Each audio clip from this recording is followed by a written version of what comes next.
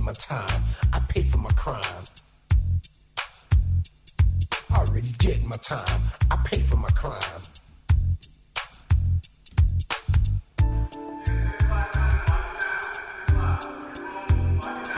I already did my time. I paid for my crime. I already did my time. I paid for my crime. I want to say a big good evening going out to each and every single one of you right across the globe, wherever you may be. It's another week, and right here we're back on World Jam Global Radio with our favorite show, Issues Today, along with your host, Kervin Julian. Do or die. I had too many rivals. Hopefully my co-host, Dr. David Ramesh, shall be here very shortly. We're still trying to connect. And I couldn't be. And our guest, Tony Sayers, live from Cambodia. I was swimming in women. I had girls already chomping at the bit. Life is so sweet. Now things have changed. The whole game has been rearranged. I'm a changed man. Don't need no gun in my head. This is a rescheduled show. Life is too short to spend it all in jail. Trying to cope with this living hell. One we should have had a few weeks ago but got interrupted. My crime. And we'll be taking a look at that California bill 1322. The decriminalization of child prostitution for my crime. And all the ramifications surrounding that. Already did my time. I paid for my crime. Tony has already informed me that we're going to go deep. We're going to go deep, deep, deep. My time. Touching into some very, very troubled issues indeed. So I want you to fasten your seatbelts and hang tight as we get ready for another knuckle riding. Knuckle riding? Story to you and you. Knuckle whitening ride. I was doing all kind of stupid shit. Now sit back and think it over since I've gotten older. The life I used to live, I wouldn't do it again. I was young and dumb, my brain was so numb. I was a real Forrest Gump, but I was nobody's chump. Me and Billy the Kid had a lot in common. I was the real Terminator, much meaner than Arnold Schwarzenegger. I'd chew you up and spit you out like a real alligator, especially all you haters. The opening statements are going on right now. He could be facing life in prison.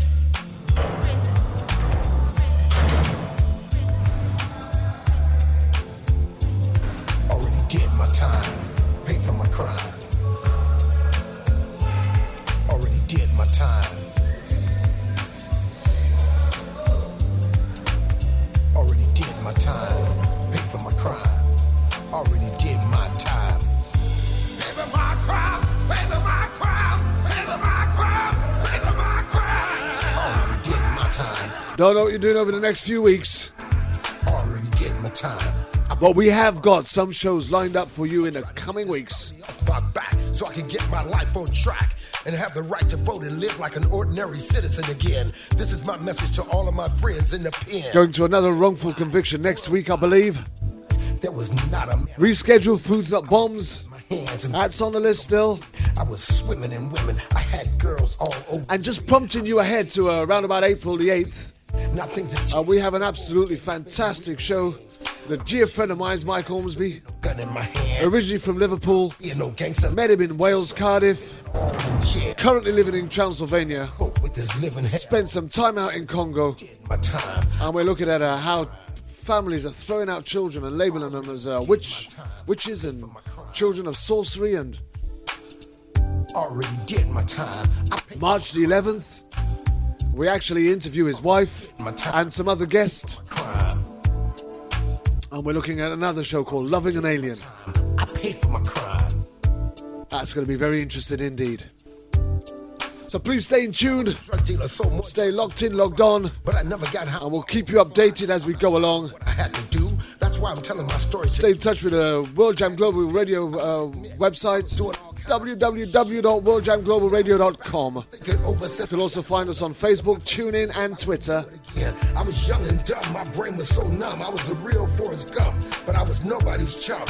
Me and Billy the Kid had a lot in common. I was the real Terminator, much meaner than Arnold Schwarzenegger. I'd chew you up and spit you out like a real alligator. I once again want to take this time out to give a big thank you to our producer, Teresa.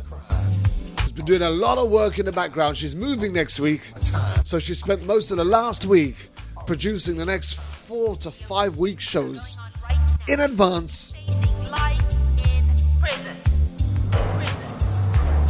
I suppose she's pretty shattered now. A lot of work goes behind putting these shows together, you know. We don't just turn up and then there's a guy at the end of a Skype call. All the introductions and all the info that's got to be put together. Trying to cope with this living here. But as I'm trying to hang on, trying to see if we can get Dr. David Ramey online, we're still struggling to do so. Trying to cope. So I guess we're not going to have Dr. David Ramey on today unless he arrives pretty late. But if he's not here by 7 o'clock, by 6 o'clock, he's normally not going to make it. So you have the pleasure of just me and Tony Sayers today. Thy name, thy kingdom come, thy will be done on earth as it is in heaven. But I'm quite sure we're going to keep you occupied. Our daily bread.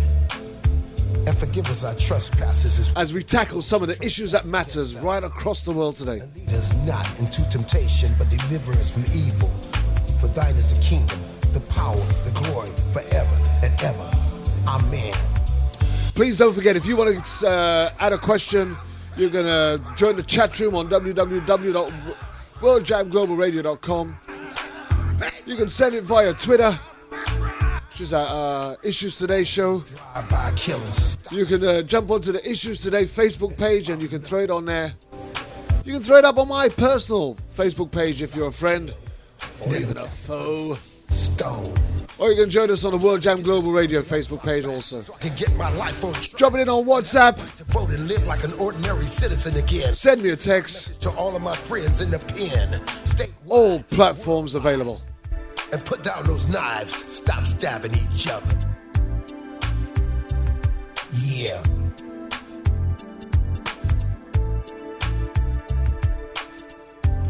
Unfortunately, today you will be missing your what's happening in America today, but I'm really not going to give much more time to Donald Trump. I suggest that we strangle him out of the news, I think. That man just loves so much attention, I just don't want to talk about him anymore. So, without no further ado, let's just introduce my guest for this week. It's none other than our very dear friend, good friend, Tony Sayers. Good evening, Tony. Hi, evening, Kervin. How are you? Not bad at all. Maybe you could just update us once again with where you are, what's happening with you at the moment, my friend. Well, I'm still out in Cambodia right now, and I'm coming back to the UK in a few months to visit family and hopefully attend a few demonstrations, maybe organise some meetings and some things back in the UK while I'm there. But yeah, I'm still out here. I've been doing quite a few things. I've also been doing some podcasts, getting guests on myself to try and get different messages out there. So that's almost an ongoing thing. I'm writing a book as well, which is almost finished. So hopefully that will be getting published soon. And so that will be going out.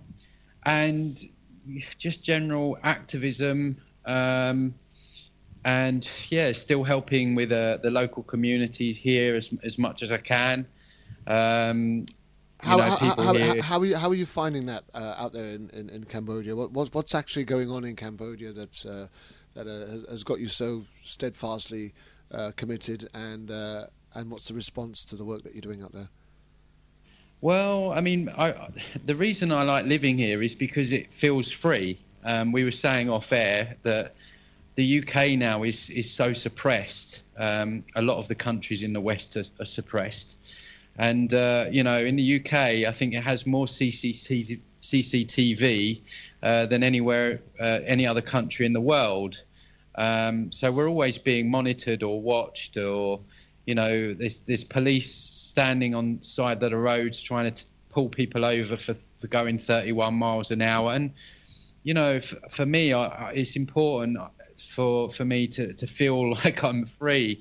And I really don't get that feeling in the UK as this police state kind of locks down. So I read the other day actually that Cambodia is actually the second most lawless country in the world. So maybe it's not a coincidence that I ended up here. That's not to say that I go around breaking the law. It's just the fact that, you know, here it's a lot freer, you know, than over in the West. So that's why I like it here so much. with the actual situation, the country is not long out of civil war. There was a dictatorship from Pol Pot, he killed about 1 in 5 Cambodians. So, they're still picking themselves up from those dark times. So there's still a lot of poverty here. It's very the poverty is very, very poor. I mean, I'm going to visit a community that actually live on a rubbish dump soon.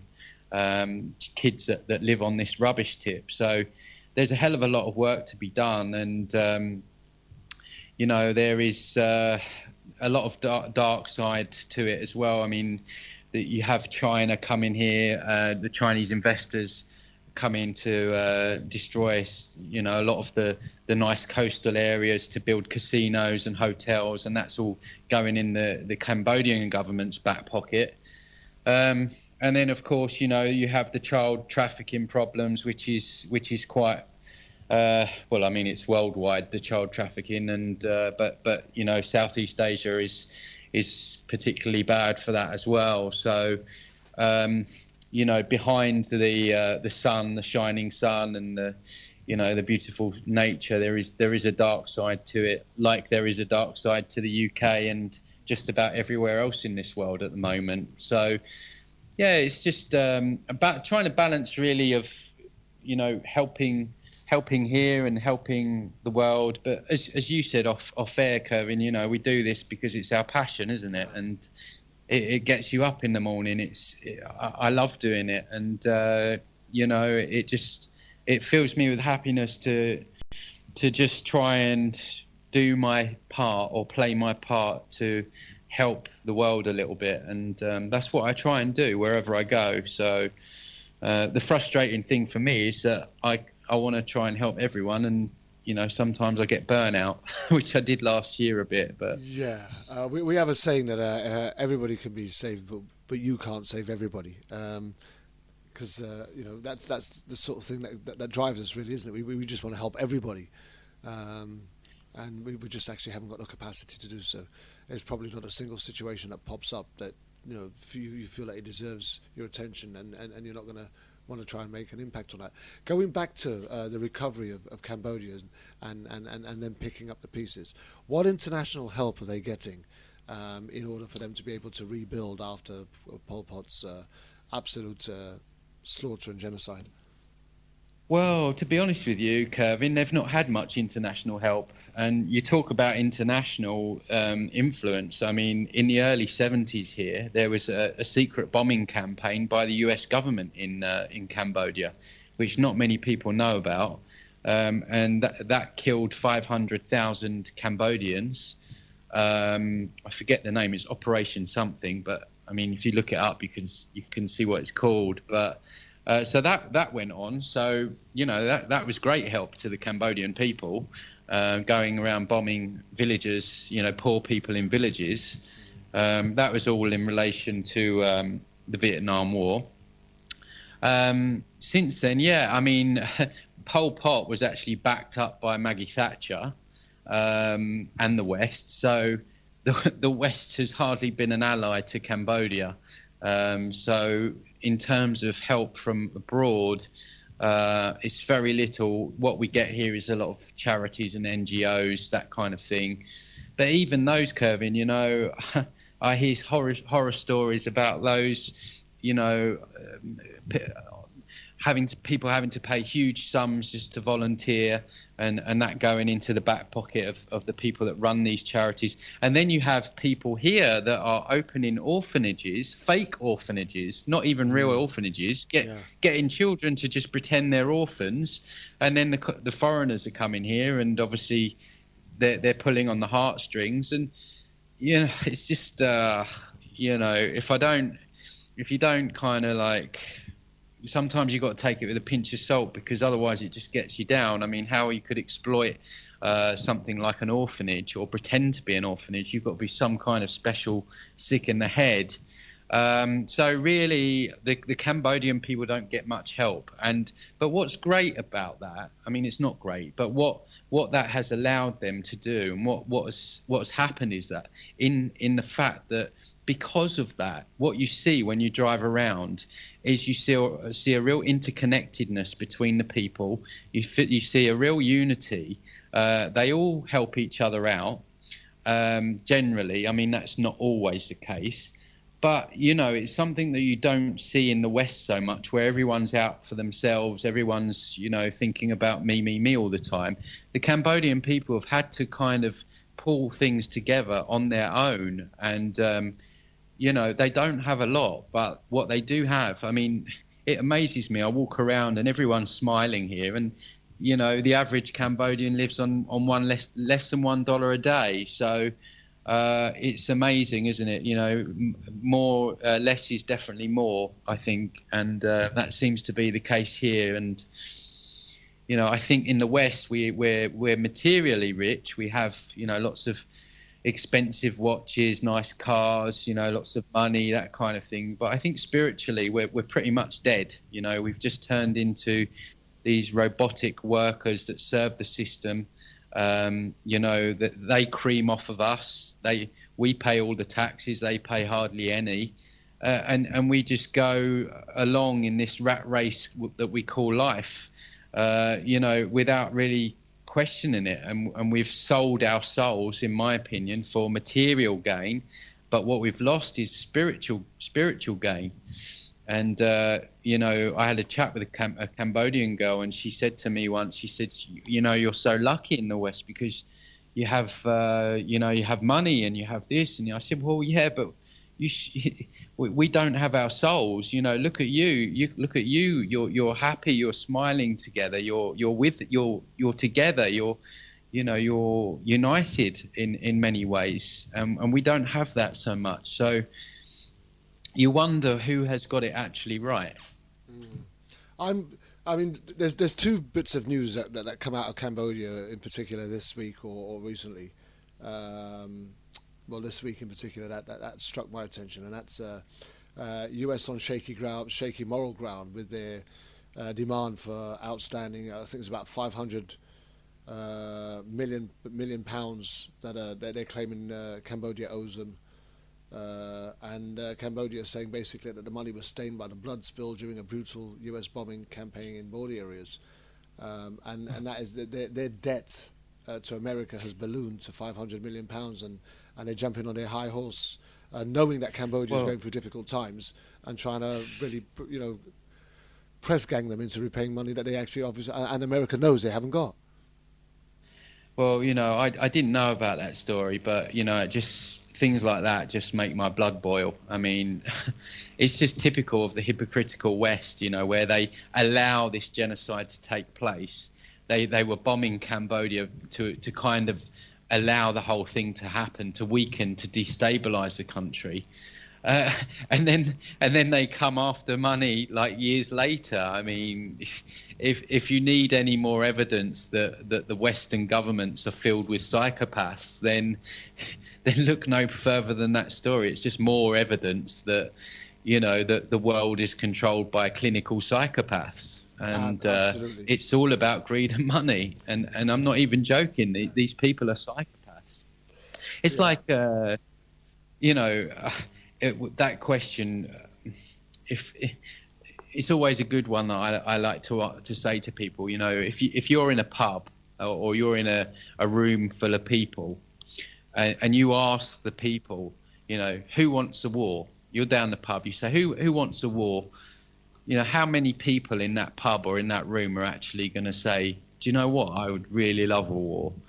No one wants war. No human beings want war. So, you know, why do we have them? Well, we have them because the people that are running the joint don't think the same as us. They are.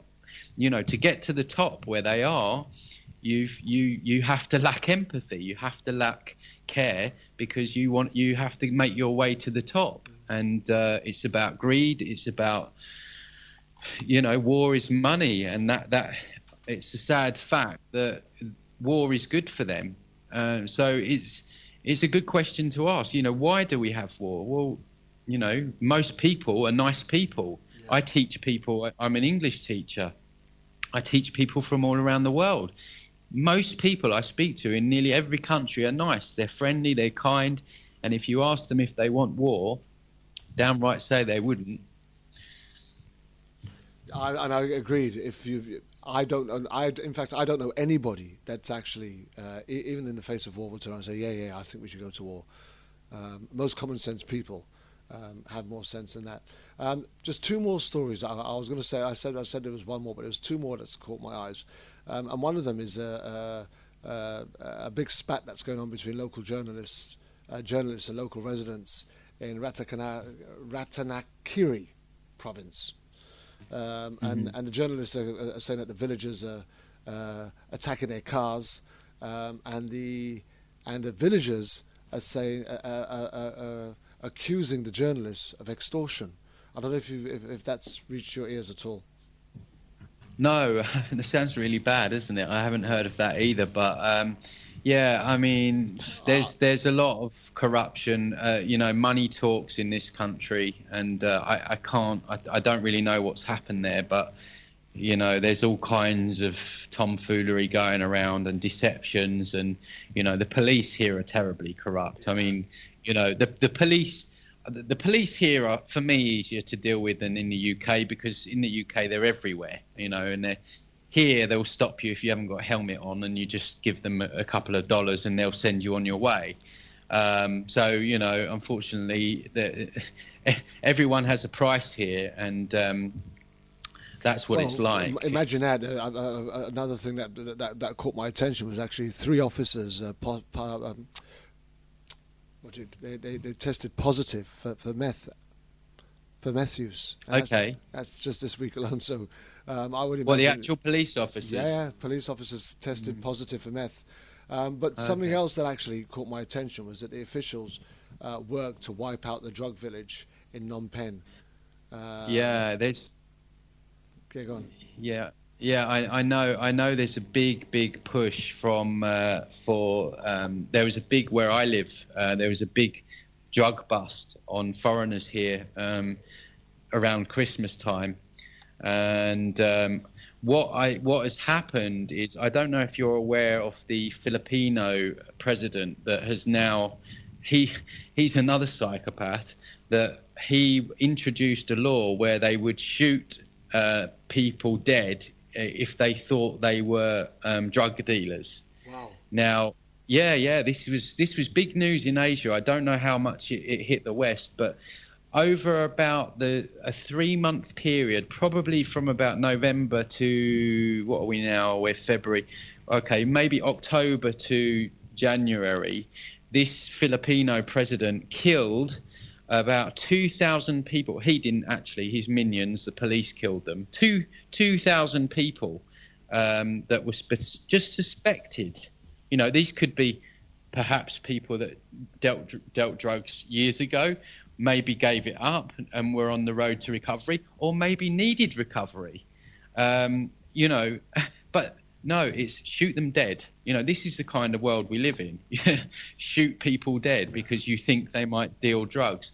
Well, anyway, the story goes is that this Filipino president has come to Cambodia and said, look, this is what we're doing over there. If you do clear up your drug issues hard-handed, then we'll give you so much of this land or whatever the bartering thing was. So I'm not sure what he's so interested in, but I mean, I'm not saying drug dealers are good or angelic in any way, but nobody deserves to die. No, and absolutely there are other ways that we can put these people into rehabilitation. And so it's all come from the Philippines. They're really cracking down here, and I'm aware of that story, and I'm aware that they hit Phnom Penh as well. So I'm not sure what the underlying interest is from the Filipino government. Maybe Cambodia has some kind of resources that he's interested in, or I'm not sure. Well, on top of that, you've also got 40,000 marijuana plants burned in 4 days in Takeo province. It's 70 today. They've burnt 22,418 marijuana plants in 72 different locations. I mean, was this the police? Yeah. So, I mean, oh God. Here's the thing: Cambodia has always been known for its drugs and export of drugs. Why is there such an emphasis on it, on tackling it now? Is it a new regime? Have they been put under pressure to deal with this problem? Is it something that's... Well, I think, like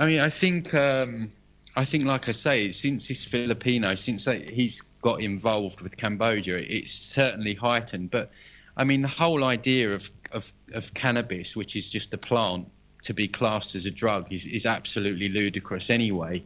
I mean, you look at, I mean, you compare cannabis with alcohol, right? Alcohol causes more violence, more deaths, more family breakups, and more chaos than probably any other drug out there. Yet it's legal. Cannabis, the worst thing that happens when someone smokes cannabis is they might get a little bit paranoid, worst case, or they might go to the fridge and fill their face with food. And, a demonization of a plant which has, so many medicinal benefits. And I'm not talking about sitting there smoking it. I'm talking about turning it into an oil, which, the US government actually has the patent that cannabis oil cures cancer. It shrinks tumors. The THC in the cannabis shrinks tumors, but they've banned it because obviously the plant is not going to make much money for the pharmaceutical industries. So this is a plant that has been demonized. It helps with people's pain in certain illnesses as well. It can help with a whole host of different ailments, and it's a magical plant. Yet they've demonized it to a point where they've thrown it in with a label of drug, which it's not. It's just it's a plant, and nobody asks the question why and how can you ban nature? Nature is nature. You can't ban nature. This is crazy. But people seem to accept that as normal.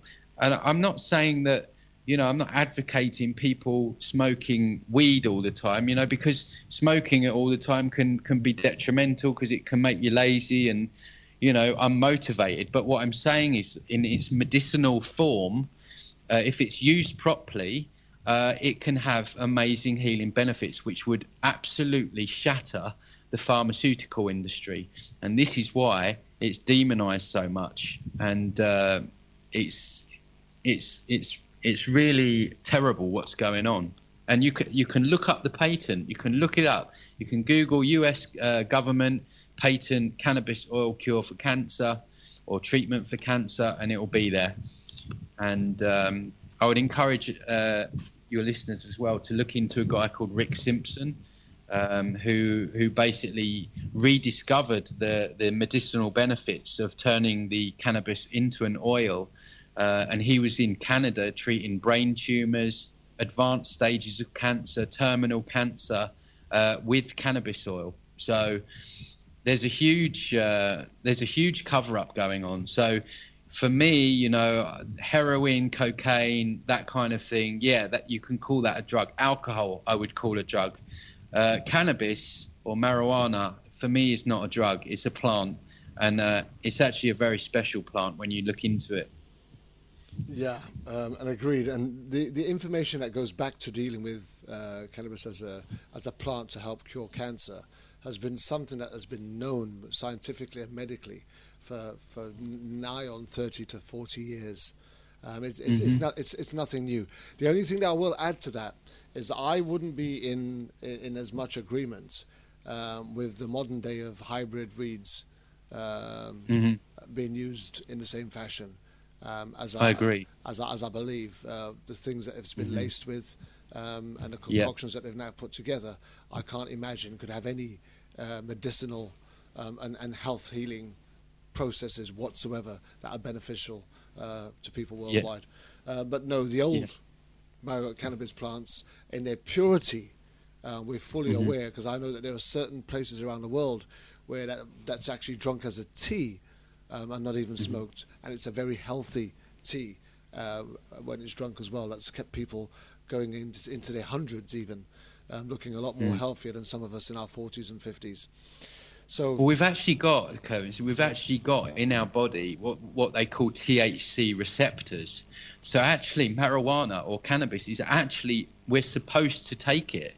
It's actually in our makeup. It's in our bodily makeup. It's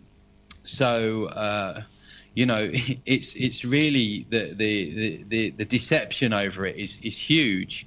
But you're quite right, and when you say that a lot of these modern day cannabis hybrid plants are not perhaps as effective, and also what they're doing in America, there's all this hoo-ha now because they've legalized it in a couple of states. Well, I always say if it sounds too good to be true, then it normally is. Yeah. And this seems to be the case, because what they want to do with the cannabis over there is they want to genetically modify it.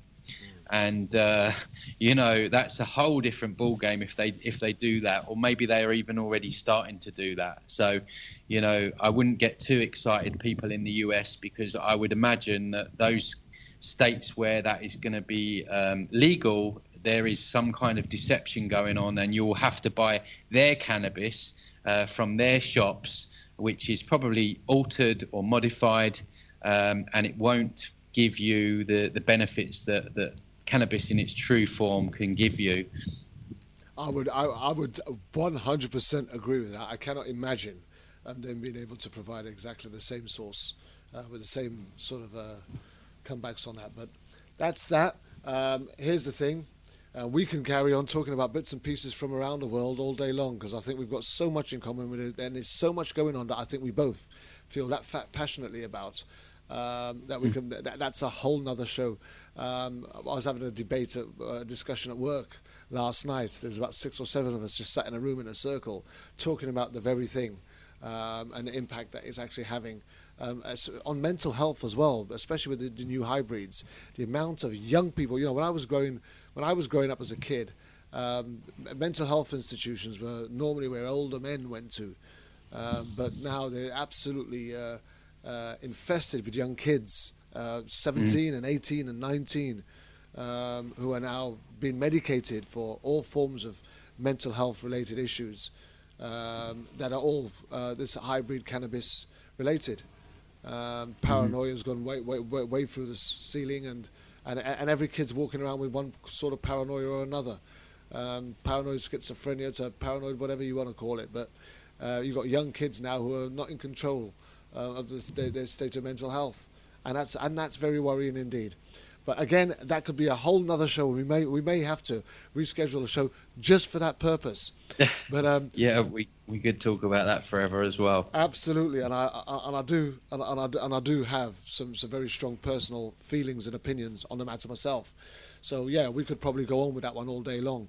But the reason why we've put together this show and rescheduled it, because there was another important issue that I felt when I saw it come up on your status. It was too important to miss an opportunity for us to talk about this Californian Senate Bill 1322, decriminalizing child prostitution. Take us into that if you can, Tony. Yeah, basically, just beginning on January 1st, prostitution by minors was made legal in California. The thing is with this, in isolation, yeah, it does look disturbing and, in and of itself. But what we are living in is a world which is basically propagating and basically we are living in a world which is day by the day being more and more sexualized. It's being made more promiscuous, and this can be seen in just the music videos out there. You only got to look at like performers like Rihanna. She made a song about S&M, We have what's the other one? Miley Cyrus, like swinging on a ball in like next to nothing in one of her videos, and this is a society which is descending into real weird. Trying to look for the right word, but perversion, I guess. And but that perversion is getting younger and younger and younger, and children, young children, are now getting to hear perverse terms and talk perverse terms and act out perverse acts based on what they're learning at a much earlier age than we ever did in our generation. Yeah. Well, I've heard reports that they're now being taught like oral sex in school. Like they have, this is not right. This is not right, and it's the fact that me and you, we have to talk about this is symbolic, really, of a very sad situation. But it needs to be spoken about. So, in isolation, yes, this new law looks quite disturbing, but when you look at society surrounding this new law and what's going on every day, which is increasing every day, as you say, children are being sexualized from a younger age, in subliminals, in television programs, all kinds of things. Then this really, for me, is slotting into an agenda which is in favour of paedophilia, and it's a sad thing to say, but we know a lot of politicians are involved with child abuse. A lot of cover-ups have been going on, but it goes deeper. Let me make this one point while it's on the fresh at the top of my head. Teenage boys and girls, right, who are exchanging sex for money, are not exchanging sex for money with other teenage boys and girls. So therefore, right, the real protection for me is not for the children. The real protection then comes for the adults, who absolutely who now can go and look for this perverse form of sexualization without fear that these children are going to be pressured into via some sort of arrest or fear of a prison sentence, start ratting out on them. Kervin, you worded that perfectly. That is exactly what I see it as. For me, they've pushed this out there to see what kind of reaction they get, what kind of resistance they get. Now, as far as I can see, there's been barely any resistance. This has been signed. It's now in place. And it's shocking. It's really, really shocking, because this is what is happening, because they... Of course, a child abuser, the last thing that they want is to have any comeback on themselves if someone goes to the authorities or the police and sort of dobs them in, whatever. So that now they can say, well, it's legal. So this fits in perfectly with this increasing march to a society which is more and more perverted every day and is sinking into I'll be honest, I call it paedophile planet.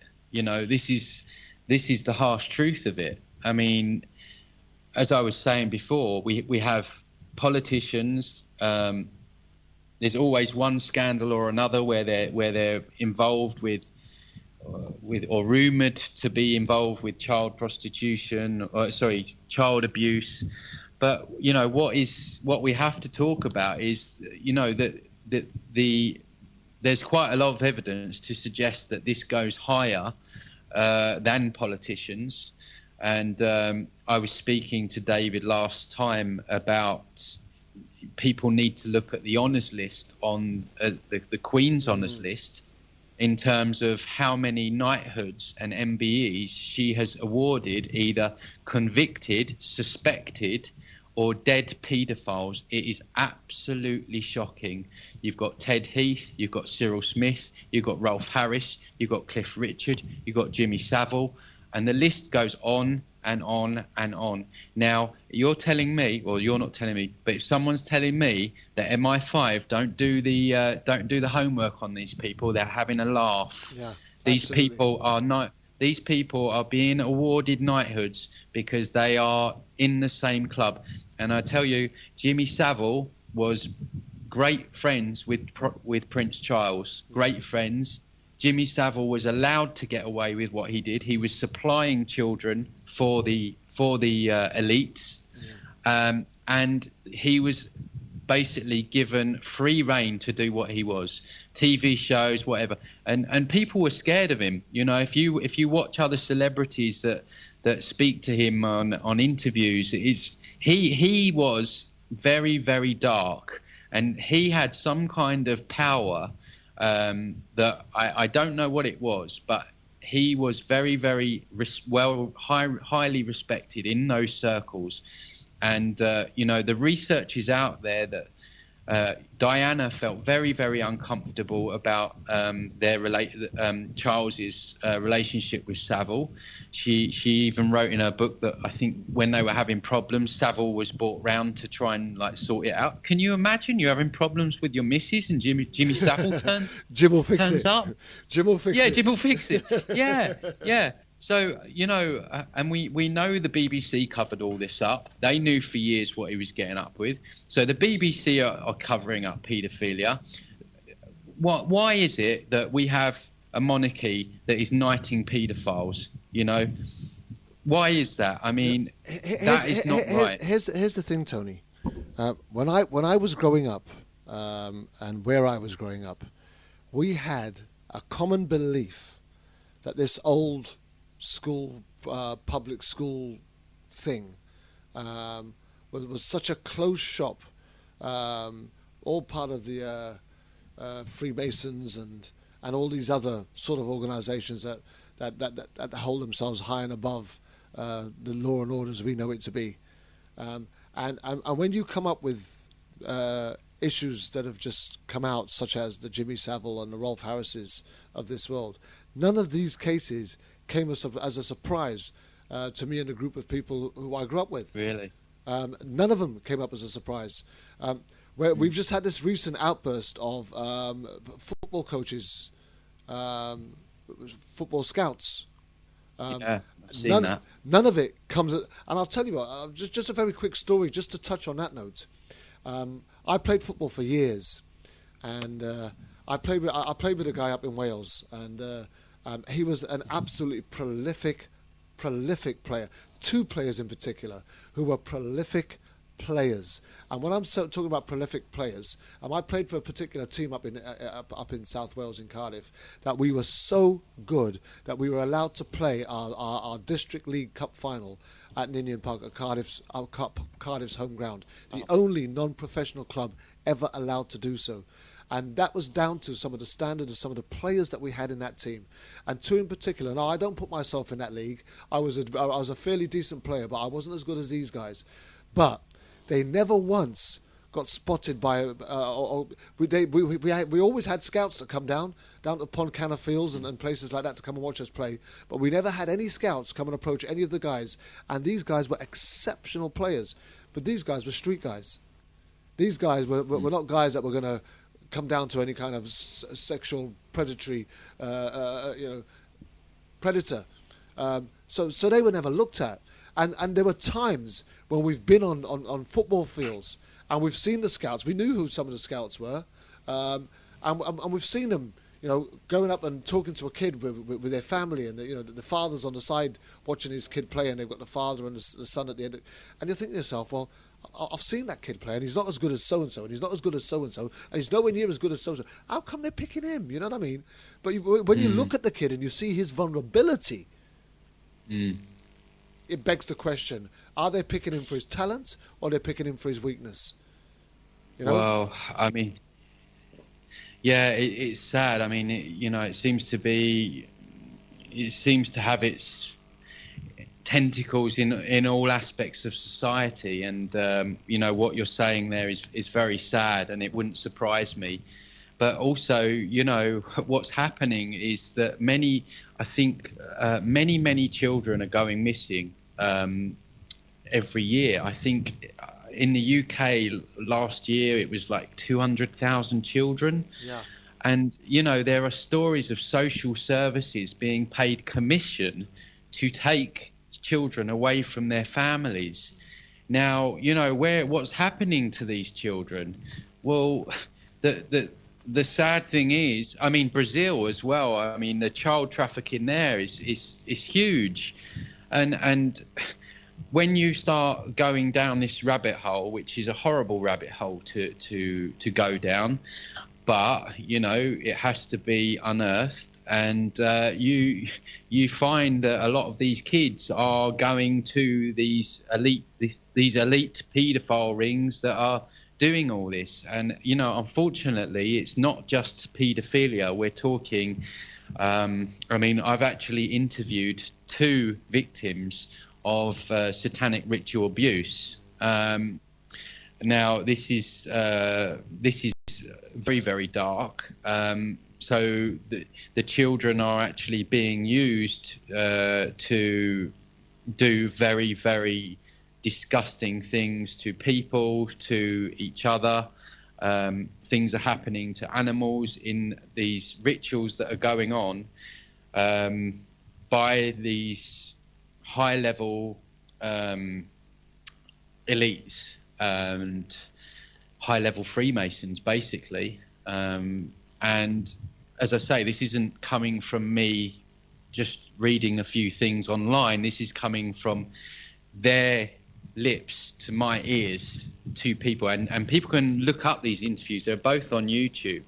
One's an interview with a guy called Jay Parker, and I did another interview with a lovely girl called Abigail Patman, and they're both on YouTube, and they talk about how they were basically born into these families, and they were used in these rituals, basically. So what we're seeing is a head group of people that are running the world, but also are very, very dark in what they're doing.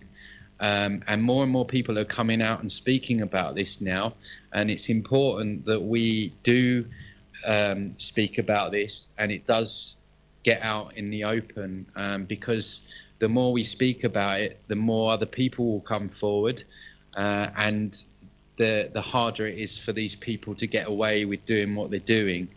So this law that was passed is just, the way I see it, an extension of the system that is into all that. Basically, I think, saying, how far can we push it before we get any resistance? And if this law becomes law in every state, then it's free reign for people. The government will argue back, right? The government will argue back and say, for example, it bars enforcement from arresting sex workers who are under the age of 18 for soliciting or engaging in prostitution or loitering with the intent to do so. And it also goes on to say, but the state Democrats say that distinction was necessary so that the children aren't being blamed or punished for their situation. Now, in a sense, in these hidden sentences, or they're not hidden, they're obviously out there in the open. But what I'm really trying to say is that in these sentences, in these statements, they make it sound as if this is for the benefit of the children, and the children will benefit. But does that not encourage? And again, I know it's not the norm, but you've got a depraved, vile, perverse parent, for example, who's struggling, who's on meth, who's a drug addict, and now they've got this child reaching puberty, that they can now use to extort for some form of financial gain. They can start pimping them out at early ages without any fear of retribution. Absolutely. You know, these when a story gets put forward in the main media, they're always going to put a spin on it. You know yourself, Kevin. They're going to put a spin on it to make it more acceptable for people to take. If they just put on their new California law makes it easier for people to have to, you know, partake in prostitution, then people are going to go, hang on a minute, that's not right. So to get in their law, they have to make it sound, you know, somehow good. So they twist it and they muddy the lines so people can take it either way. But once you know the agenda and what these people are into and what kind of society they want and what kind of society they like, it's very clear, it's crystal clear that this is just another tiptoe into where they want to go. And it's not just America. I heard there was a story in the UK the other day about men that were doing inappropriate things have now been released from their old law-breaking whatever they did, because now the law has changed and now they're not guilty. So you know, there's all little cover-ups going on everywhere and little. So just in a nutshell, so these individuals are allowed actually back into circulation, unregistered and unmonitored, because the crimes that they were previously convicted for are now no longer a crime, so they are no longer criminals. Absolutely, yeah.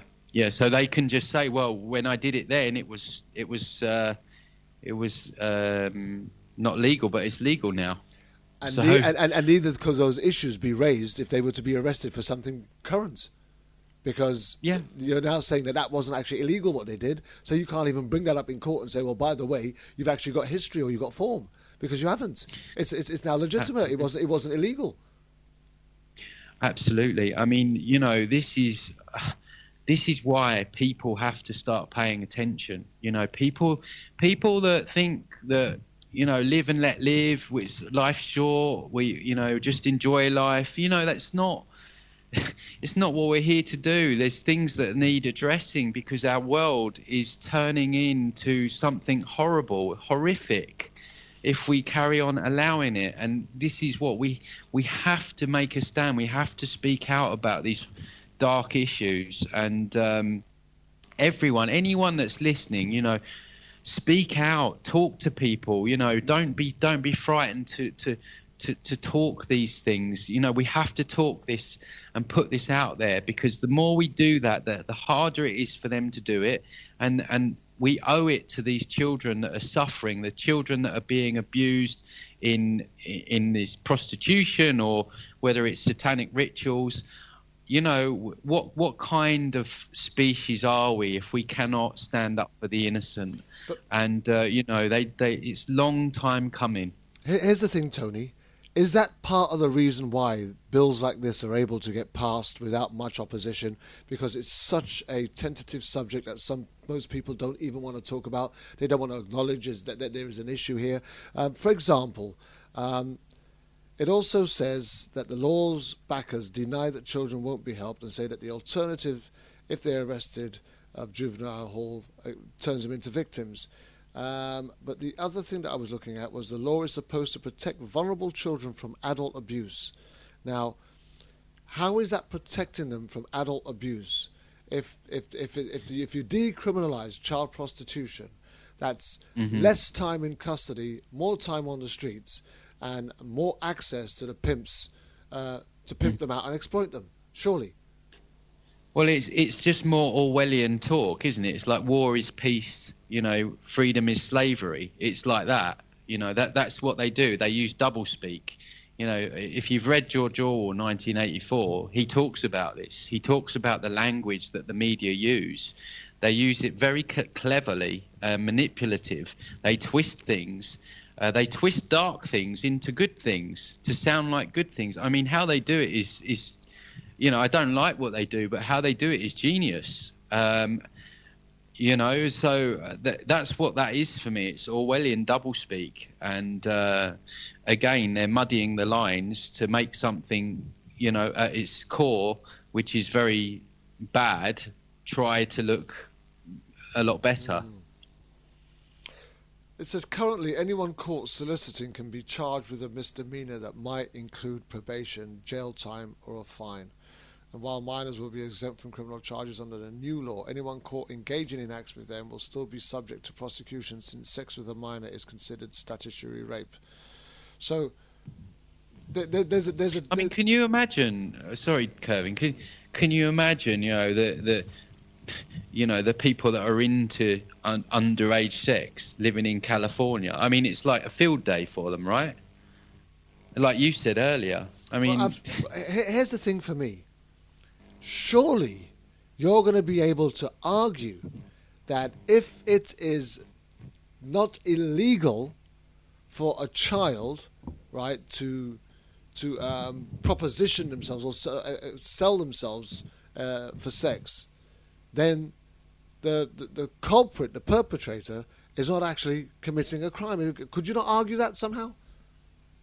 Oh no! I mean, as far as I can see it, the perpetrator is old enough, so he's done it. He's not broken any law, and if they've changed this bill, then he has free reign. That's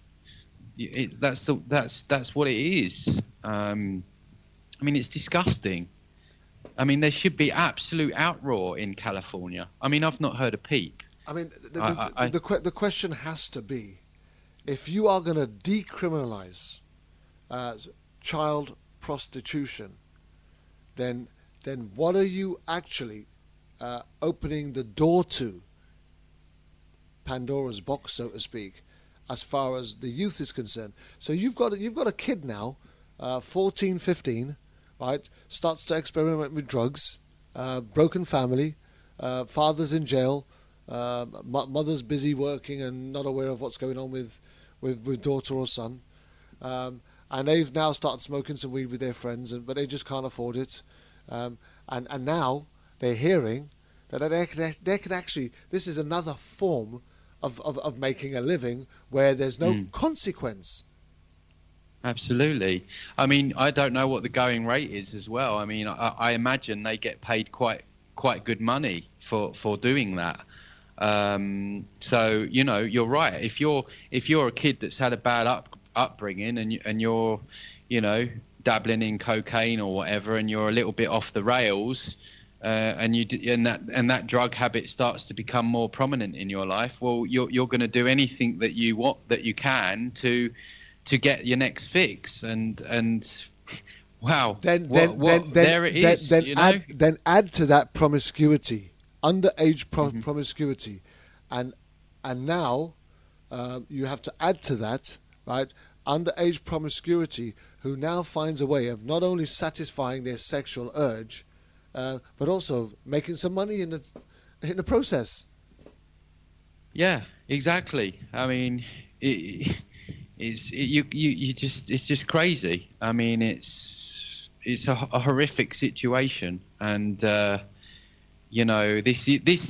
law is just really highlighting what is going on all around the world. But what is happening is becoming more and more acceptable, and more is being sneaked in the back door more and more every day. And unless we are, sharp and we can spot these things, then it's just going to continue. In my mind, I hope that there was some form of protest to this, but I really didn't hear of anything. It's a shame that David's not on, because maybe he would have heard if there was any kind of uproar about it. But he has actually just this minute sent his apologies. He's not well. He's very ill, and he's apologising that he just cannot make the show today due to ill health. Right. But let me just say this, as somebody here's the thing, Donald Trump has absolutely taken over the airwaves, consumed. Me and Teresa was having this conversation at the beginning of the week. We just need to strangle him off the air. Because for me, I'm fed up of talking about him and what he's doing. And irrespective of whether it's right, wrong, good or bad, he's getting so much attention, and that's what he craves. He doesn't care whether it's bad news or good news. He just craves all of that attention. And look at how all the world is talking about me. And why we can, I said a few weeks ago, Donald Trump is a businessman, not a politician, and the only person that's going to benefit from Donald Trump being in the White House is Donald Trump. And there we have it. You know, you got what's her name, Kellyanne, what her name is being pulled because she's plugging Havana's goods. You've got his businesses and his hotels making absolute money. Then you've got other people talking about the only Muslim countries that have not been banned from entering the US, that wasn't put on the ban, were countries that he actually done business with. And when you imagine there's been more Americans killed by Saudi Arabians than any of the 7 countries put together that were banned, it makes you wonder what's the ban in place for anyway. So let's shift away from that. But the point I was trying to make was, no, there's absolutely been nothing in the news relating to this Senate Bill 1322. There's been no talk about it. There's been no posts about it. The only post that I saw was yours, and I, you know, obviously myself, Linda, we've all jumped on it and retweeted it and reposted it, etc. And then I wanted to do the show because I wanted to find a way to put it out there. So that make people can be aware that this thing is actually going on, and if they don't resist it now, and it takes a hold in California, then it's not going to be much longer before other people see the benefits of having it in their particular states, so that they can also protect their sheriffs and mayors and other politicians that are busy having sex with underage kids down in the back. You know what I mean? Yeah, exactly. But and you're right. You know, you know what I think about politics is just one big illusion. You know, all the candidates are bought and sold for by the people behind the politicians. You know, the bankers, the corporations, you know, the Rothschilds. You know, these are the people that really run the world. The politicians are just there shuffling paper around every 4 years to give us the illusion of choice. Yeah. You know, they're both different hands of the same puppet. So, but you're right in the fact that what they've done is that this whole Trump-Clinton thing just went on for like, it seemed like years to me. I mean, and what they've cleverly done. Just before you carry on, as you know, Facebook does this memory thing, right? Every day you're getting your memories from last year and the year before, and I've seen all of these posts come up in my memories of this anti-Trump stuff that I was posting. And I wasn't just posting it last week or last month or just before the election in October. I've been posting these things for over about 18 months now. So I know. I actually didn't realise just how long this whole thing had been going on for. And here we are, man's comfortably sat down in the White House, and we still can't do anything about it.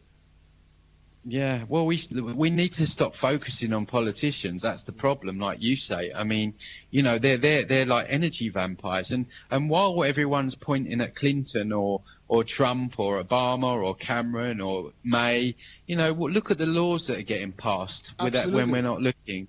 You know, this is the thing. It's one big distraction, and now what they've cleverly done is they've turned politicians into celebrities. Yeah, because there were so many people before this election that were losing faith in politics, and they've made it into the huge circus that it is. They've made Hillary into a celebrity. They've made Donald into a celebrity, and they're like, it's like the new soap opera. Well, I'm just wondering when they're going to turn this into a reality TV show. Check the president now. I think it already is. I think the Earth is one big reality TV show for some alien somewhere who's having a laugh. and I bet you they're actually laughing at the way that we live. But here's the thing: when you look at this particular bill, and I do believe that you do want to go a bit deeper with this shortly. This bill was able to be passed right under our noses without anybody butting an eyelid, and yet some mother in California is going to be worried about where her child is tonight, and can do absolutely nothing about it because the child is not in pursuit of a criminal act.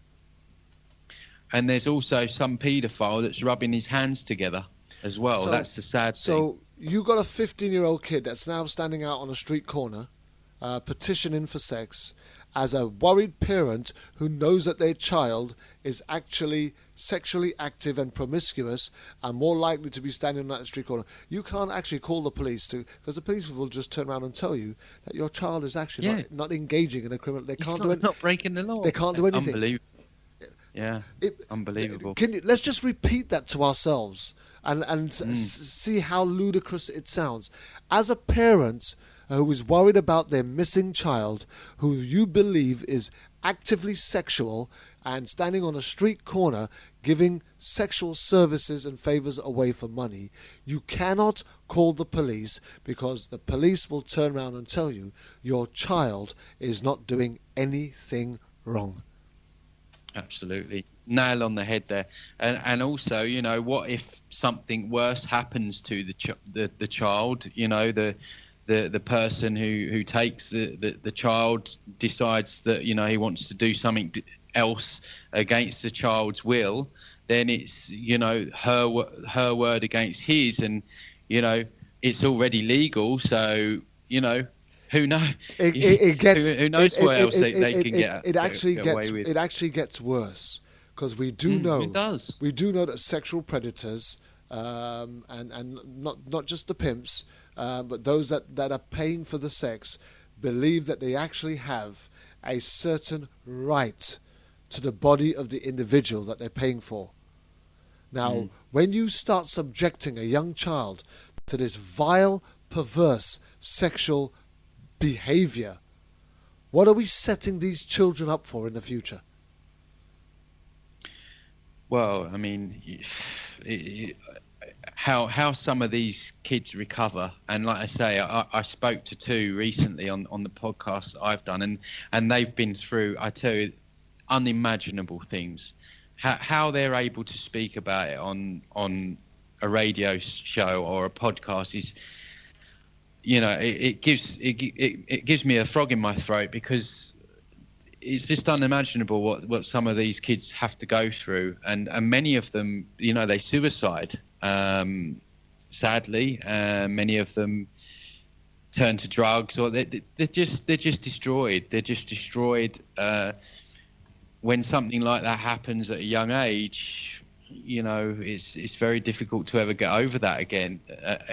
Get over it, of course it is. And yeah, it just destroys their lives, and unless they're immensely brave and have the strength and the soul to work through it, and that's the testament to how strong some human beings are on this planet, because there are some that are now, they've gone through it, they've done the healing, and now they're coming out, and they're coming out in their numbers to speak out about what's going on in this world. And we're going to see more and more of this over the next years.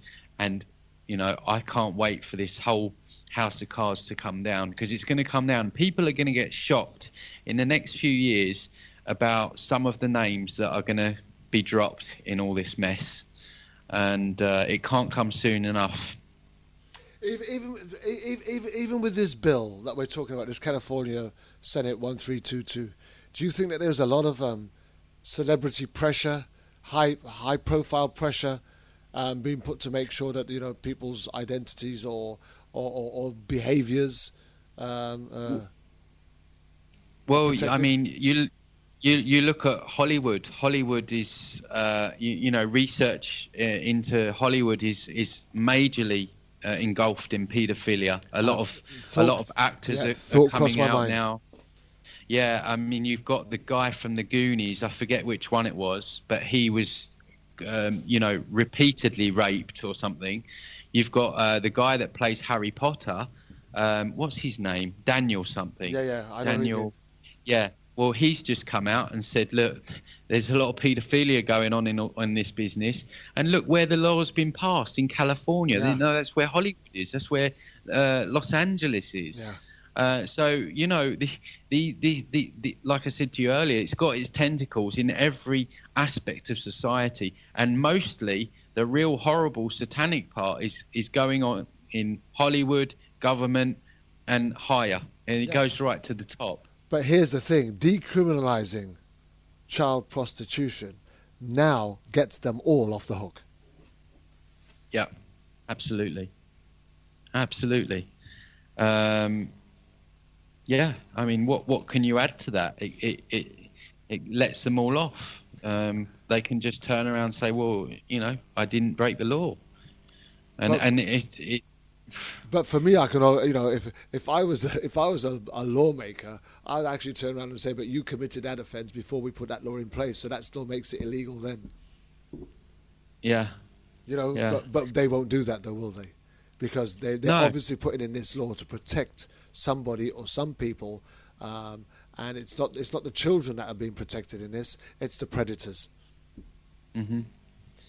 Yeah, absolutely. I'm kind of worried. I'm kind of worried about how deep this could go. How deep do you think it could go, Tony? Well, I mean, I've been down this rabbit hole for a few years now, and it goes incredibly deep. I mean, we've touched on the few of the people that are involved, and I urge everyone to research for themselves. It's all out there, but it's everywhere. It's getting into every part of society, but it's coming from the top. It's coming from. This is what they want. They want a world where paedophilia is acceptable. They were talking a few years. One of the Labour MPs, she came out a couple of years ago and said that the age of sex for children should be lowered. And then there was another politician saying, I remember that. Yeah. Yeah, and then there was another politician that said that paedophilia isn't a criminal act, it's a mental illness. So they're trying to lump it over with mental illness. So, what if they bring a law tomorrow and say, do you know what, in California, paedophilia is going to be a mental illness? Will there be any resistance to that? Or are people still going to be watching the Super Bowl? Yeah. Well, this is it. This is the thing, I mean, people are not paying attention. They're too concerned about Trump, Hillary Clinton, the Super Bowl, or crappy soaps that are on television. Our world is being destroyed. Now, people can think, well, it doesn't affect me, blah, blah, blah. Well, it will affect you, and it will affect your children, and it will affect your grandchildren. And people have got to start paying attention and pulling their finger out and get active. Start talking about these things.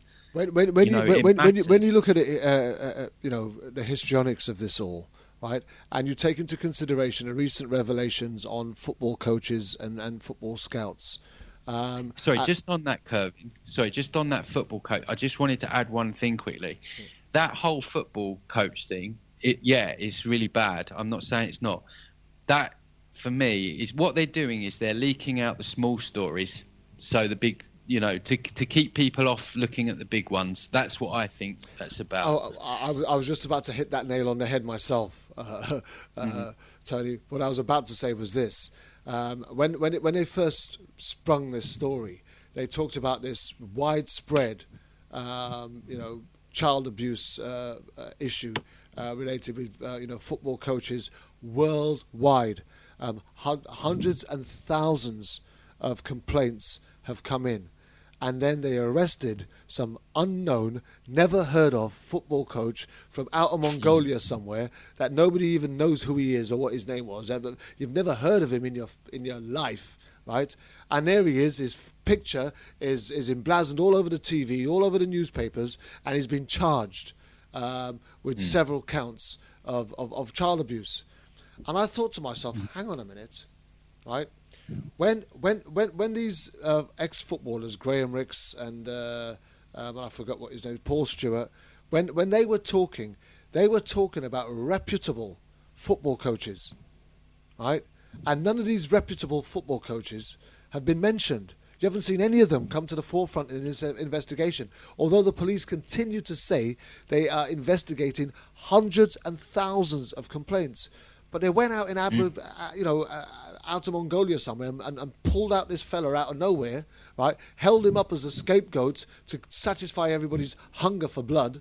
And now all of a sudden, this football coach paedophilia and child abuse issue has disappeared off our newspapers and the news. Yeah. It's this is what they do all the time. You know, they let out the CD list celebrities. You know, it's like the Rolf Harrises, the smaller names. Bearing in mind Rolf Harris and Jimmy Savile. Jimmy Savile was dead, and Rolf Harris was at the end of his, well, not even at the end of his career. He'd long since come off our TV screens. Yeah. I mean, he was a down and out basically in terms of his celebrity status. So they weren't bringing anybody to book that was prominent. Exactly.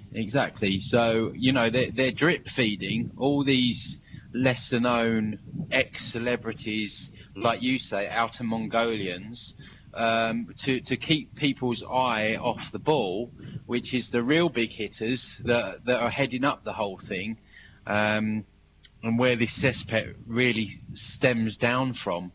I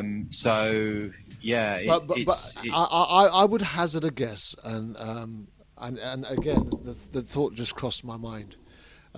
Not long before these came out, again, it was about exposing high-profile paedophile rings. Every time they bust another paedophile ring, and they get the people that are responsible for circulating the photographs, etc. Because then once they've done that, they get access to the people that are that were subscribing to these vile places. All of a sudden, we get thrown another smoke screen, and we get sent off in another direction somewhere. And this high-profile case that was just being talked about just seems to vanish in thin air. Mm-hmm. So yeah, absolutely. So what trust could we have as a people that the protection and the rights of our children are being taken care of and are in good hands? Well, there is no trust. That's the sad thing. We cannot put trust in these people. I mean, this is why I'm so against government and politics, because you look what they're doing. You know, we touched earlier on war. You know, they're the only people that want war. Doesn't matter which one gets in. There will always be a war. They'll always bomb someone. There's poison in our food. You know, there's child abuse going on. They're allowing it to go on. They're passing laws which allow it to go on.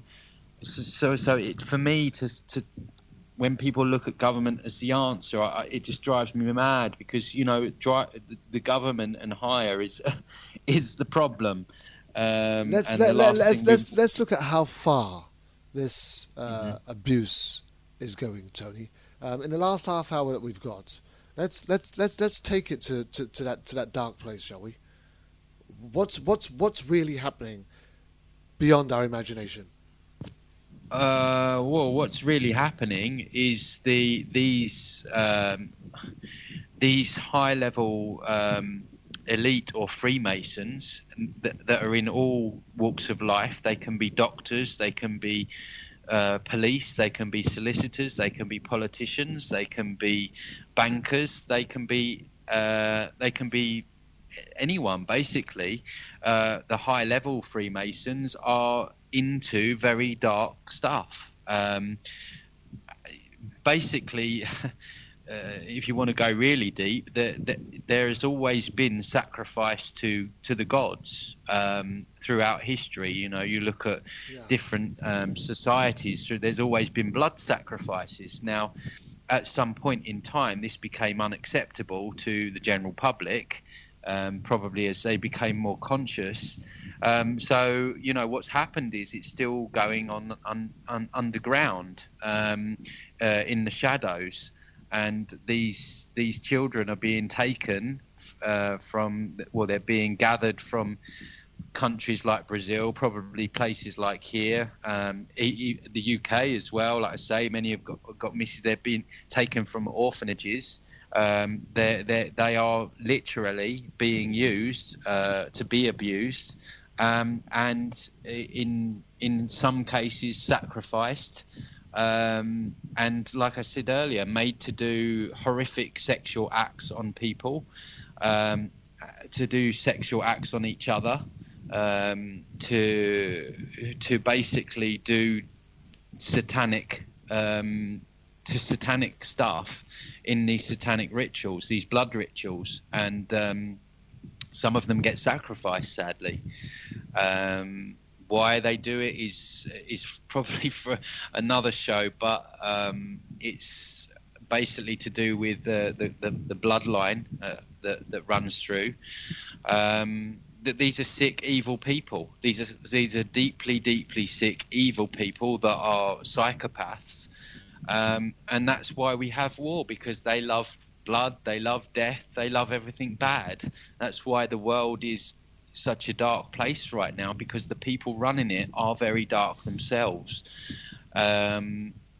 But you know, as I said before, if you want to know more about the kind of stuff we're dealing with, I would definitely recommend listening to those couple of interviews that I've done recently, because that really, you know, you can hear from the horses' mouths what goes on and how they amazingly recovered and are now battling on the side to expose all this. It just you know when you talk to some of these victims, what are some of the symptoms and issues that they've found difficult to get across? Well, some of the acts that are done on them are so horrific. It's amazing how the mind works. The mind actually creates different characters to protect the actual thing that's going on. So they have like split personalities. So it's basically the mind which separates itself to cover the child from all the pain and hurt. So they develop these different personalities which are there to actually help the child, so they don't have to deal with such horrificness, because a child cannot cope with the kind of things that go on in these rituals. So often when they come out of it, they have these different personalities which, you know, they have to properly heal. They have to work through these personalities and actually revisit what happened, which is obviously very, very, very difficult. You know, a lot of them are also programmed in these rituals to do certain things by the people that do it. So a lot of them are actually see they can actually program these different personalities. I know it sounds quite far out, but it's called monarch mind control. So I would advise people to research into that. So they can actually help create these personalities. So they can create personalities where at a given age they will suicide, which is why a lot of them suicide. So, you know, there's a hell of a lot that they have to work through. And the problem is that because the judiciary system and the police are also full of Freemasons, getting their cases to be heard is extremely difficult. They face many threats, and it's very, very. They've been told by the people that have done it, if you ever tell anyone, I will kill you, or I'll kill your sister or your whoever it might be. So they have these threats that where they're kind of forced to be quiet. It's really, really terrible. But you know, even if they do go to the police or judiciary, the file will at some point hit a high-level Freemason within that, and it will be swept under the carpet. So really, what we have to be, the people that are aware of the stuff that is going on, we have to be the media, we have to be the police, and we have to be the judiciary system ourselves. We have to be we have to do all of this, because we cannot rely on the people that are in these systems that are supposedly there to protect us, because they are not protecting us. The system serves the system. The police serve the system. The judiciary system serves the system. We have to stop thinking that these people have our best interests at heart and that they actually care about us.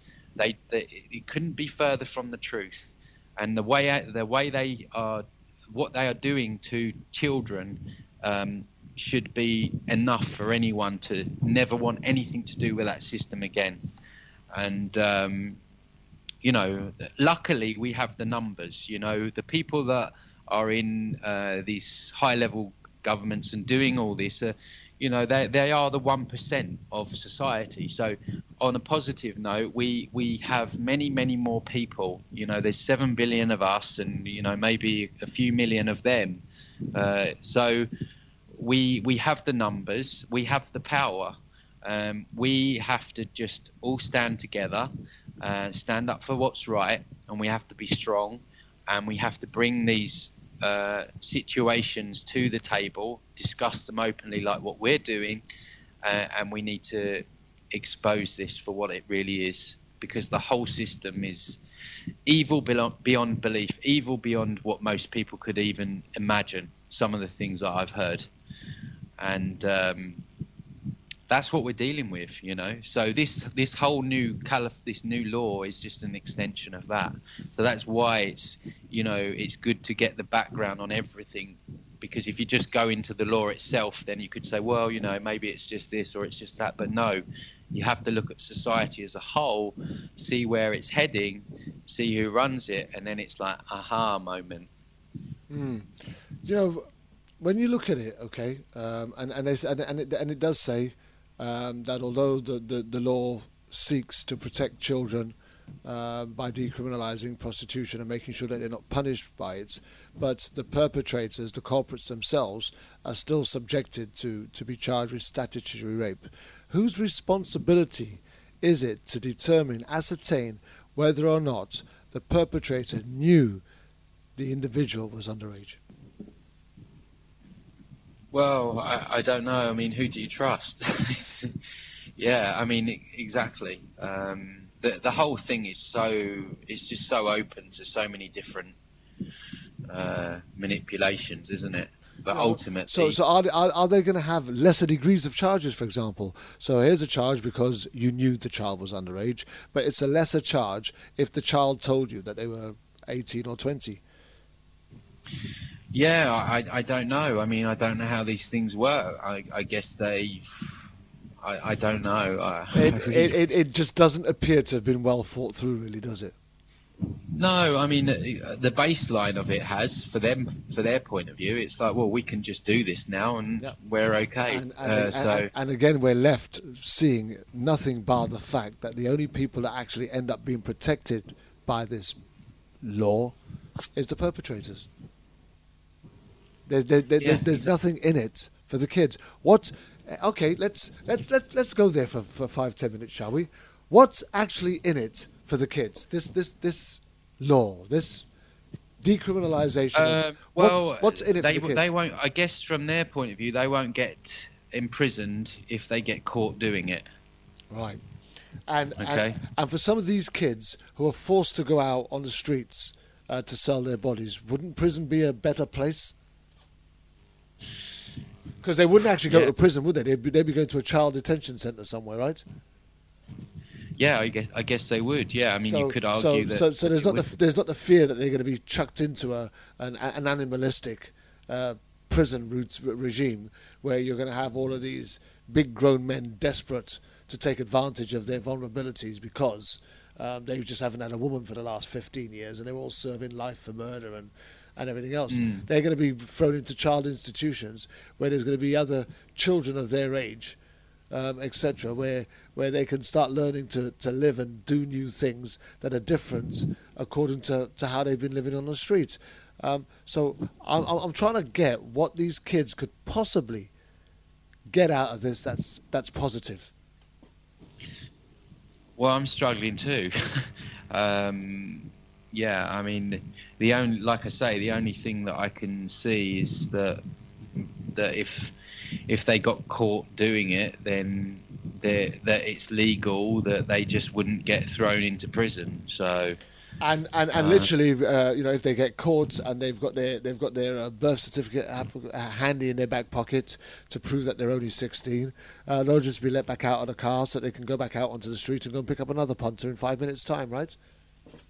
Yeah, exactly. So I could understand that them saying that they will decriminalise child prostitution, but surely the emphasis should be to get these children off the street. Yeah, you would think so. It would be nice if they were passing laws to try and protect people, to try and get the kids off the street. That would be what we would be seeing in a normal world. And then you could have your strikes, then, couldn't you? Because if you're a persistent, prolific offender of becoming a child prostitute, then you would be arrested and charged. And who's to say what that figure, what that number might be? But to take away any form of deficit, any form of law, any form of consequence, surely puts the child in a more vulnerable position than the child was in prior to it going out there as a child prostitute in the first place, before this law was put into place. Yeah, 100%. That I can't see any other benefits. I think we're both just actually struggling to make head or tails out of this whole scenario, because I'm. Well, yeah. I mean, like I say, I mean, I've been digging down this hole for a few years, and when I talk about it, like what we're talking now, it makes me really sad, and just the fact that we have to talk about it. It's really just that fact in and of itself that we are having to do a show on legalizing a child prostitution. And I know it's a hard sentence to get out of your mouth, isn't it? Yeah, it's just the fact that we're having a show on it is sad in and of itself, And once you go on. So let's get it right. So your child could now go out and get a job as a chef, a waitress, a delicatessen store attendant, a shelf filler, car washer, and a prostitute. Yeah. And ironic. And there is no difference legally between any of those roles. No, doesn't seem to be. And ironically enough, how old do you have to be to drink in America? Is it 21 out there? Yeah, but you under 18 you can be a child prostitute. Yeah, exactly. So where does that leave a promiscuous child who is already endangered by their sexual behavior, who now feels the need to have to bury their head in alcohol or even drugs in order to blind them from what it is that they're about to put themselves through? Because nobody, you speak to, okay, let's flip it a different way. Most prostitutes that you speak to on the streets take hardcore drugs to numb the emotions and the feelings they have for being abused and used as sexual objects by their punters. Right? Yeah. So if the child is underage to drink or take any substance, so we're just allowing their natural emotions and sensitivities and vulnerabilities to just be laid bare, because they're not allowed to drink, are they? No. So all of this is just raw abuse, right? Not diluted in any way. Most prostitutes, and again, don't ask me how I know this, but I do know this. In my former life, when I used to deal quite a bit of drugs, and before I turned my life around, and over 12 years ago or so, I was a very naughty man, and I did a lot of naughty things. But I know from some of my frequenting and speaking to the people that I spoke to back then, they couldn't take on a punter without having some form of drug to numb the feelings and their emotions. And now we're expecting our children who are underage, who are it's legal for them to sell their bodies, but it's illegal for them to drink. And I'm just wondering where the sense and normality comes from that thinking, where you can turn around and tell a child, you can go and sell your body for money, but you can't have a drink. That's just a big no-no. Well, the world is crazy, and sometimes it's easier to understand if you come from a point of view that the world is crazy. So can you arrest a child for purchasing alcohol underage? I guess you can. Yeah, I don't know how it works out there, but I assume absolutely. If it's illegal for a child to obtain alcohol under a certain age, if it's a criminal offence, then the child can be arrested for purchasing alcohol, either it be from a Walmart or a petrol station or wherever they get access to this alcohol from. If they're known to be underage, it's a criminal offence, they can be arrested and charged, not just for purchasing, but also being in possession of. But there are no charges if you go and sell your body for sex as a 15-year-old. And I'm struggling with that. I know. It's horrific. There's no other word for it. It's horrific. I just don't know how bad it's got to get before people, really start.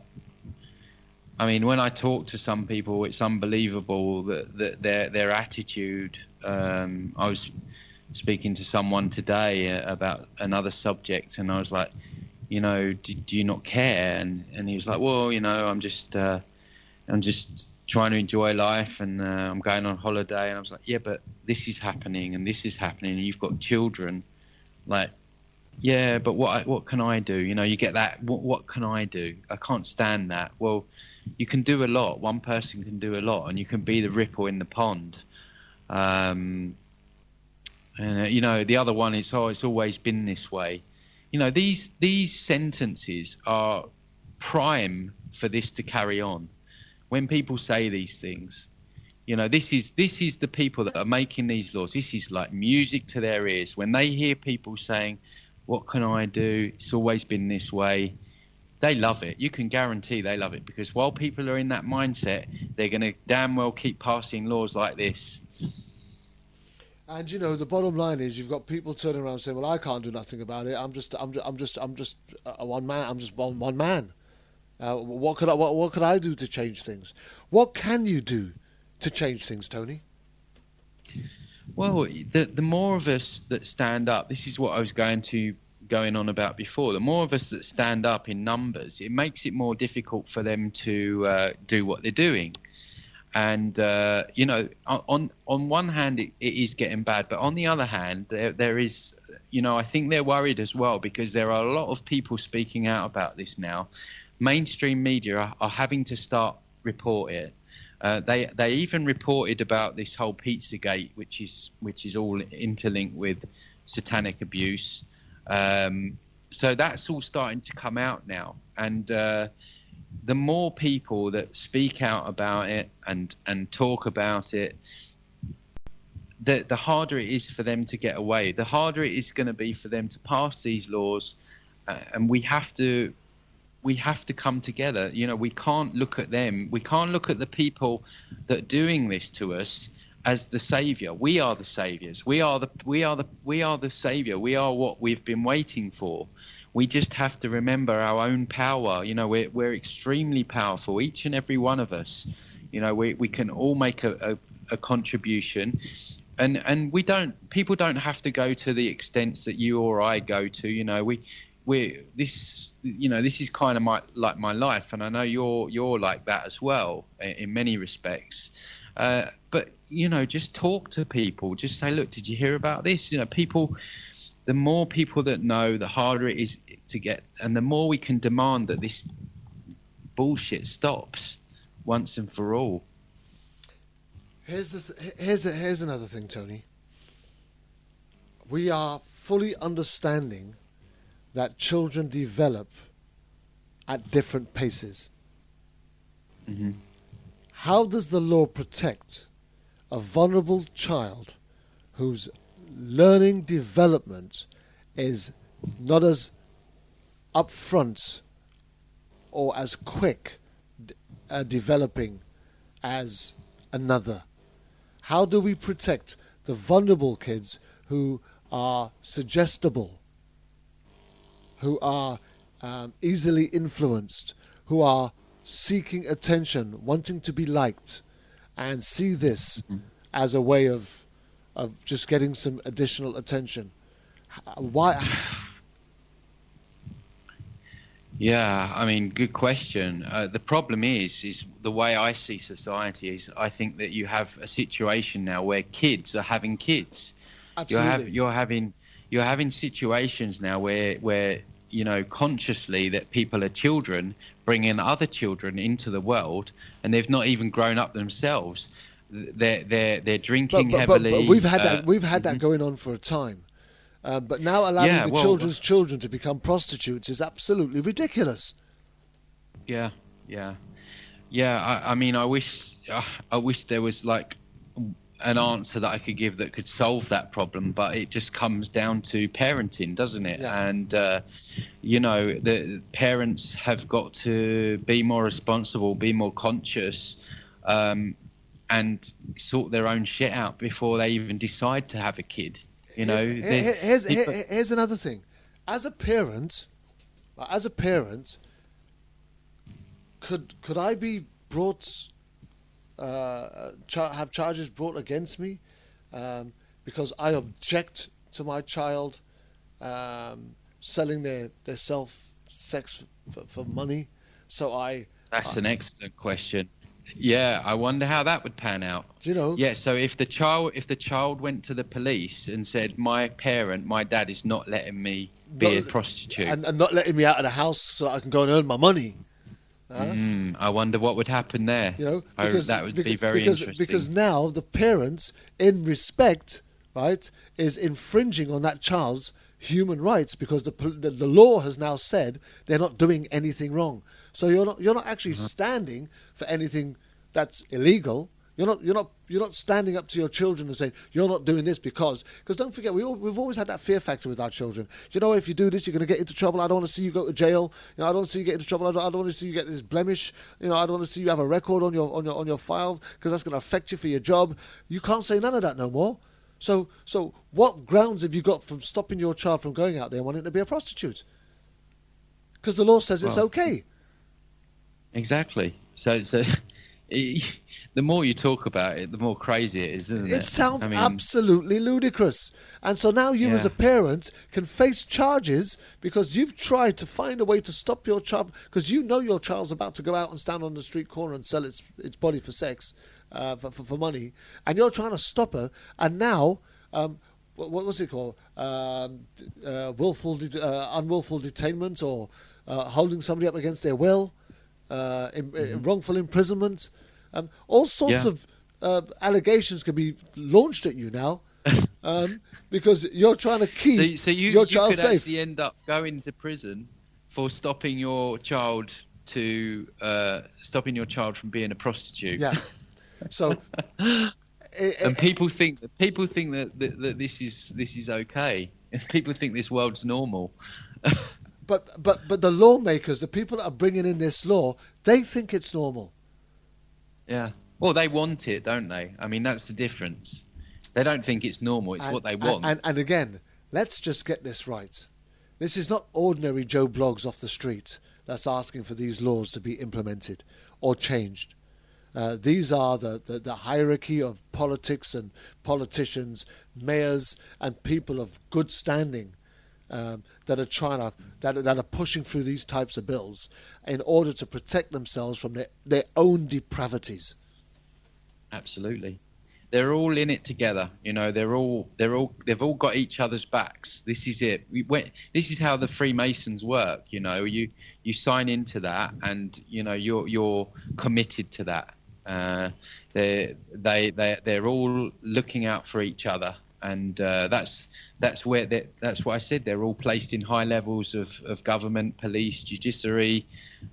So they're all scratching each other's back. So all of this, and they're now making ordinary punters complicit to their crimes, because ordinary punters now don't actually have to worry about what age.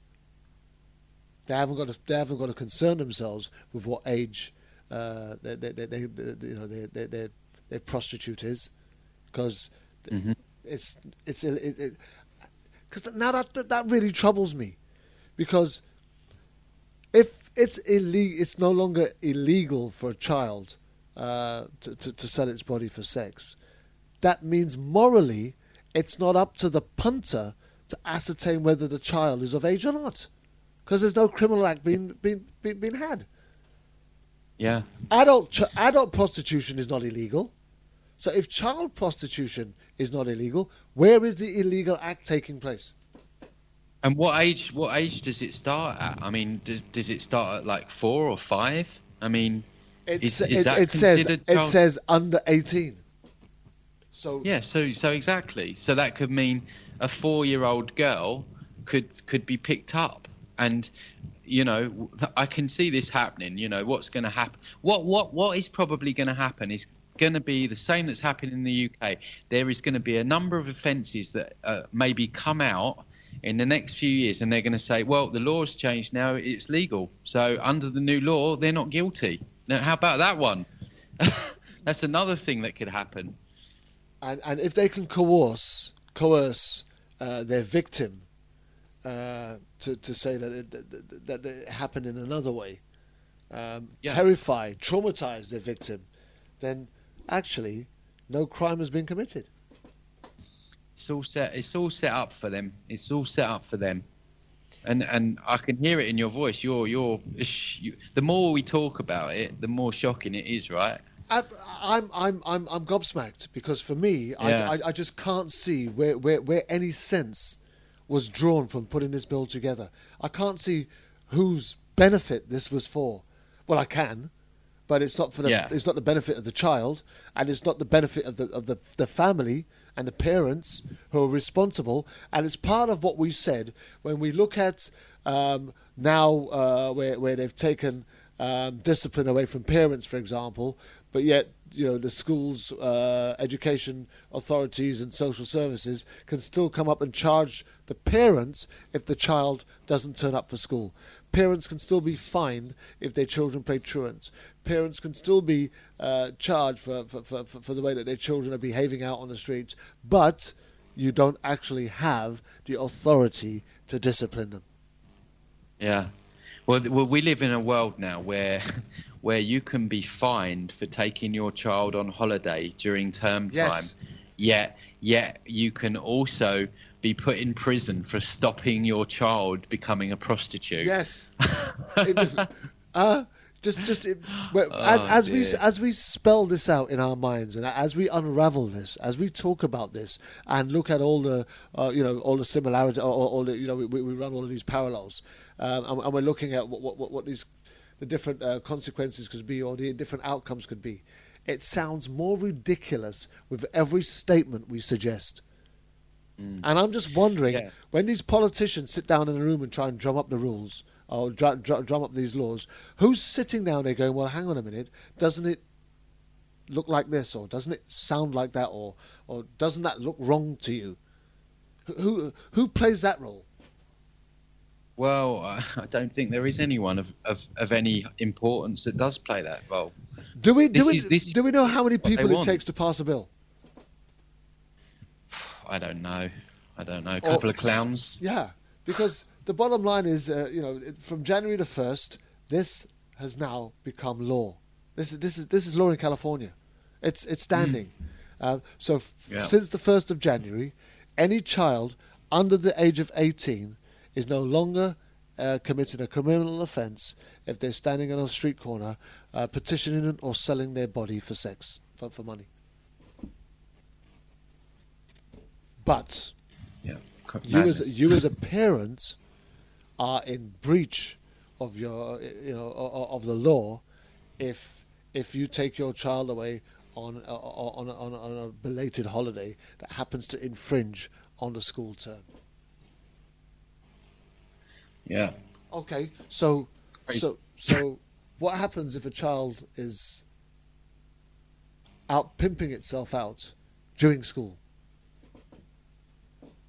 So the parent is responsible for making sure that the child gets to school, right? And can also be held accountable if the child doesn't turn up at school. But there's nothing wrong with the child selling its body out on a street corner. Yeah. I wonder which law they would actually be charged with. They'd probably say, "Oh, it's okay." You know, if they were out prostituting themselves, that's fine. You know, as long as they were doing that, that's okay. Right. Well, no, you're not allowed to go on holiday, but you are allowed to go out on the street corner. Exactly. This is crazy, isn't it? Well, you know what? I actually haven't got a clue where we go from here, Tony. But maybe you can use a couple of minutes to just sum up what we've talked about today, and what your feelings are about what we've talked about today, and what people can do if they actually have any objections or they want to find out any more about the things that we've actually talked about today. Yeah, I just want to say that although as dark as this all sounds, and as crazy as it all is, and it is crazy, and it is hard to talk about, you know, I want people to know that there are more and more people starting to speak out about this, more and more victims starting to speak about this. Mainstream media is starting to report on some of this because it has to, because alternative media, thanks to the likes of yourself and others in doing the work that the media is not doing, they are now having to piggyback on the truth that is coming out to save face. So what we're seeing is a more desperate media. So I think these people are scuttling around, hiding under rocks. And I think, you know, I truly believe in consciousness. The more people that find out, the more will be revealed by, you know, whatever you want to call the force behind everything. So I think that, you know, we are going to start seeing more and more of this uncovered the more we speak out about it. So, you know, there is hope there, but we have to get our asses off the sofa, come away from the television, come away from the football, and realise that there are things going on that really, really need our attention now. We need every single man, woman, and whoever's around to speak their truth, to speak this to people. You know, don't be scared to talk about this, because you are, by talking about this, you are helping the children that are being abused. And that is an important thing to remember. You are actually helping them just by talking about it, because you're opening up another mind who will then maybe go and talk to someone else, and then more and more people, and then hopefully that so many people will be aware. It will be so difficult for them to get away with what they're doing. So we do have the power, and we do have the numbers. And like I said before, you know, check out the interviews that I've done with Jay Parker and Abigail Patman. They're on my website as well, which is www.transcendingtimes.org. I've got a YouTube channel as well, which is Tony Sayers. So I'm always updating with podcasts and vlogs and things like that. So, you know, please feel free to subscribe. I'm obviously on Facebook and Twitter as well.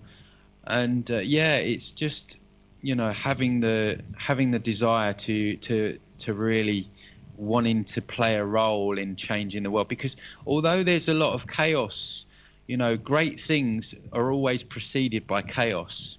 Now, this for me is very true, and this is how I see the world. I think there's so much chaos now, but waiting on the other side, if we do what we're supposed to do, if we do this great work of unraveling the truth, then on the other side, we will have better days, there will be better times, and we will have a better world where this kind of thing does not happen to children. And we don't see so much suffering and wars. So all is not lost, is what I'm saying. There is hope. There is hope. And once again, Tony, I just want to thank you for joining us today. I know that you wasn't feeling too well. And I know we're sort of probably going on to about the 2 o'clock hour in the morning out there in Cambodia. 3 o'clock. 3 o'clock in the morning. So it's pretty late up there as early as it is here. But we just want to thank you again for taking this time out and sharing this time with us and informing us on these bills and giving your trusted opinions, because they do help. They do open up avenues for us to think. They prompt us and provoke us to think. And I think as long as there are people like you out there with the activism and the passion to provoke people to think, then we're all living in a time of hope where we can see change and things might be better. Exactly, and same to you, Kervin. You know, you're cut of the same cloth, and your passion and these podcasts you do, or radio interviews, it's all going out there and it's all helping. And you know, we all have to just play our part, and we've all got a part. We all have a part to play. We all have a responsibility. If you're born on this planet, you have a responsibility the day you were born to contribute to your society in some way. And it's very interesting when you look at the Native Americans. They actually plan 7 generations ahead of themselves. And we have to get back into that mindset. We have to be thinking 7 generations ahead. But at the moment, we're only thinking of this generation. So we've got some work to do, but we can do it. And we will get there. Right, well, Tony, I just want to thank you once again for an absolutely fantastic show, fantastic time. We will catch up again very soon, I know we will do. Dr. David was sadly missed, and I'm sure he continues to send out his apologies, and we pray for him to get well soon. Next week, we're looking at a case called Free Coach Jason. Again, it's a wrongful conviction case. A young man who was in fact, it's two drug-dependent alcoholic people who were trying to rob him. In the end, because he found out that they were trying to rob him, and I'm just giving you a quick rendition of what I know. They then put out a claim that he tied them up and assaulted them, and evidence absolutely 100% shows that did not take place. That's a wrongful conviction. And I think we've got some really top shows coming up very soon. We've got Loving an Alien. We're talking to people from different parts of the world who got together against all the odds. And I think that's coming on the 11th of March. We've got Homeless in Romania. I think that's about the 18th of March. And on the 8th of April, as I said earlier on, we've got Witch Child. Children kicked out of homes and called witches turn towards sorcery because the parents are living in poverty and can't afford to keep them. This is Kervin Julian. It's been Issues Today. It's been my pleasure sharing this time with you. We say a big thank you to Tony Sayers and a big goodbye. And I know he's not feeling too well, so we're going to let him get off and get some sleep. And we'll be in touch very soon. Don't forget all the addresses, all the links, and all the social media platforms that have been put out throughout this show are available on Issues Today and on Tony's personal site as well. Thank you once again, Tony, for joining us, and we look forward to catching up with you again very soon. Take care.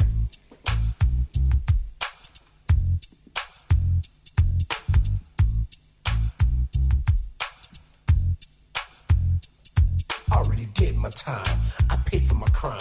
As I said once again, we're going to be back next Saturday night, same time with Free Coach Jason. Hopefully Dr. David Remay will be back with us. We wish him well. Quick recovery. I paid for my crime. Stay tuned with www.worldjamglobalradio.com, and we'll be updating you with all the shows due to come.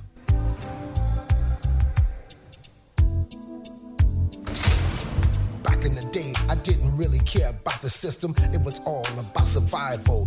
It was do or die. I had too many rights. rivals. I was too young and foolish to stay in school. I learned my lessons in the streets. There was not a man I couldn't beat. I was good with my hands and very quick on my feet. I was swimming in women. I had girls all over the street. I was getting money. Life was so sweet. Now things have changed. The whole game has been rearranged.